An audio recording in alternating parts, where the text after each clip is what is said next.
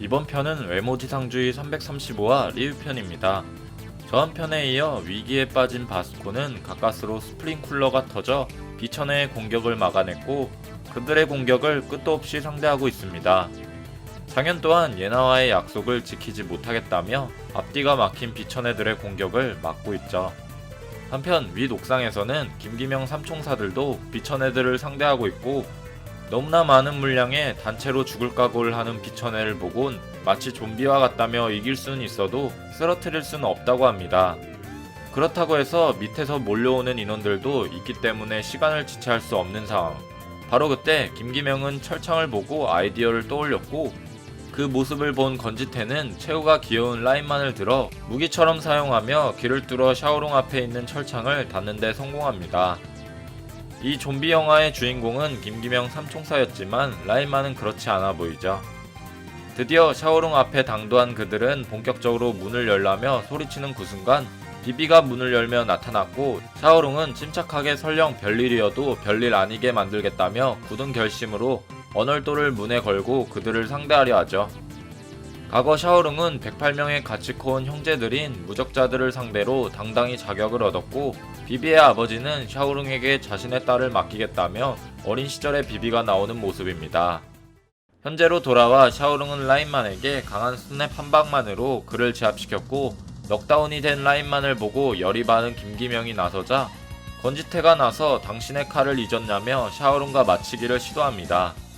건지태는 주먹을 지르며 자신은 김기명을 지킨다고 하곤 샤오롱은 웃기지 말라며 어린 시절의 비비를 회상하곤 자신이 모시는 것은 인간이 아니라 하늘이다라며 압도적인 파워를 보여주게 되죠. 건지태가 바닥에 꽂히자 놀란 모습의 김기명. 건지태는 노안의 말은 거짓말이 아니었다며 샤오롱을 종건급으로 생각하고 다시 전투에 임하는 모습입니다.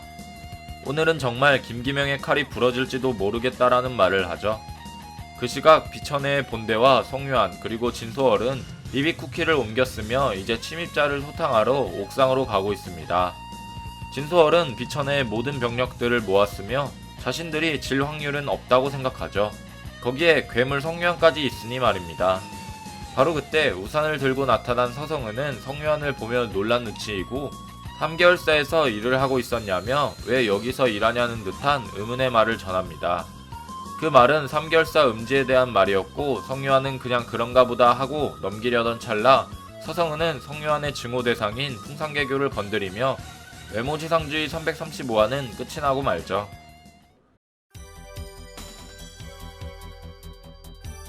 드디어 성유한의 증오 대상인 풍산개교 사건을 서성은을 통해 알아버리는 떡밥이 등장하게 되었네요. 성유한이 서성은의 말을 듣고 눈빛이 변한 걸 본다면 그냥 넘어가지는 않을 듯 싶으며 진소월이 말했던 자신들이 질 확률은 괴물 성유한에 의해 뒤집힐 수 있는 그림이 나올 듯 합니다. 그렇지만 서성은은 어떻게 과거 성유한의 정보까지 알아낸 건지 그의 정보력은 상당한 수준이며 전에 보여줬던 계획 지도의 떡밥은 역시 쿠르헤드들의 영린을 건드리는 떡밥 중 하나라고 생각합니다. 서성은은 왜 자신의 편인 불이 난 3개월사에 기름을 뿌리는 것일까요? 이유는 간단합니다. 백호 인력의 인원을 보냈을 때 비비가 했던 언급처럼 현재 1회와 3개월사의 관계는 신뢰가 없는 사이이며 세간의 뉴스로 나왔던 풍산개교 사건의 마약은 최동수의 약점이라 불렸고 마약 산업이 바로 저 3개월사에서 나온 사건들이라 1회의 입장에서도 최동수의 약점으로 써먹기엔 좋아도 현재 최동수와의 결전이 예상되는 중구가 훗날 1회를 통해 H&H 그룹을 먹었을 때 마약에 대한 집중 포격은 자신들이 맡게 돼서 현재 상황은 양날의 검이나 다름없는 상황이죠. 그래서 서성은을 통해 계열사 중 가시같은 존재인 3개월사에게 지원을 보내는 척 불이 나는 곳에 기름을 부어 싸움을 악화시킨 것이죠.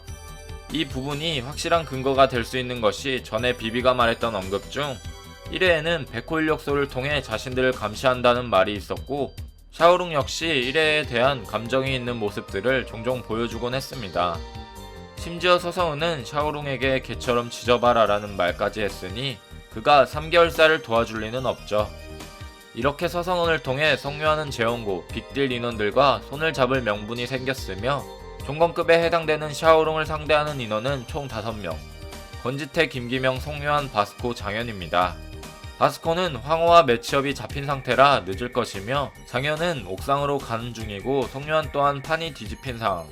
그리고 이변이 없는 종건급의 힘을 가진 사나이 샤오룽이 본격적으로 자신의 힘을 발휘하기 시작했습니다. 독자들은 샤오룽을 보고 3년 전 종건의 실력이 아니냐라는 말들이 많았지만 쿠르헤드급 실력을 가진 하우성의 공격을 맷집만으로 버틴 라인만을 손바닥 스냅 한 방만으로 제압시켜버린 모습과 건지태와의 맞치기 대결에서 힘까지 그를 뛰어넘는 모습을 보여준 것을 보아 그의 실력은 종건급의 파워를 가진 엄청난 강자라는 게 밝혀졌죠. 하지만 여기서 아쉬운 점은 또라이 비비가 자신을 지켜주는 줄도 모르고 몽키 스패너를 가져와 문을 여는 바람에 샤오룽은 자신의 언월도를 문을 지키는 고리 역할로 걸어놨다는 점입니다. 그래서 아쉽지만 그의 무기술인 춘추대도를 볼 수 없는 것이 흠이죠. 하지만 맨몸으로도 라인만을 한 방에 보내버리는 것과 건지태보다 힘이 더 강한 것을 본다면 역시 한 가지 무술만 쓰는 것이 아닌 여러 가지의 중국 전통 무술을 사용하며 김기명 삼총사와 붙을 것으로 예상되네요.